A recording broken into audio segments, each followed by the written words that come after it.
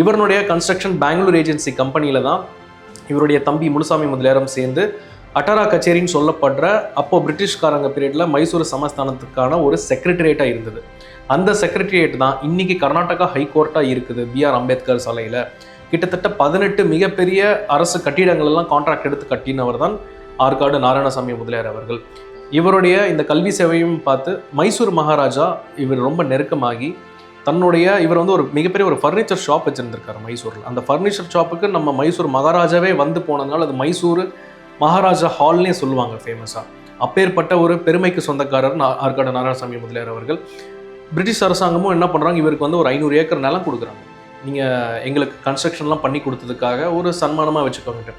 அதையும் என்ன பண்ணுறாரு, ஏழை மக்களுக்காக ட்ரஸ்ட்டுக்காக கொடுத்து டொனேஷனாக கொடுத்து நிறைய கல்வி பள்ளிக்கூடங்கள், ஈவினிங் காலேஜ், டே காலேஜ் கட்டி கொடுத்துருக்கிறார். 1876 நம்ம இந்திய நாட்டில் வந்த மிகப்பெரிய ஒரு பஞ்சம், அந்த ஒரு ஃபெமைனில் நிறைய மக்கள் கொத்தா லட்சக்கணக்கில் இறந்து போனாங்க.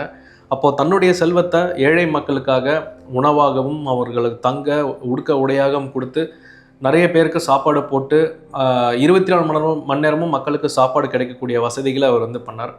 இவரை வந்து the merchant prince of Bangalore. இன்னைக்கு கர்நாடகா பெங்களூர் ஒரு மிகப்பெரிய ஒரு வணிக தலைநகரமாக இருக்குது. இந்தியாவில் முக்கியமான ஸ்டேட்னா அதுக்கு ஆரம்ப விதை போட்டது ஆற்காடு நாராயணசாமி முதலியார் அவர்கள்.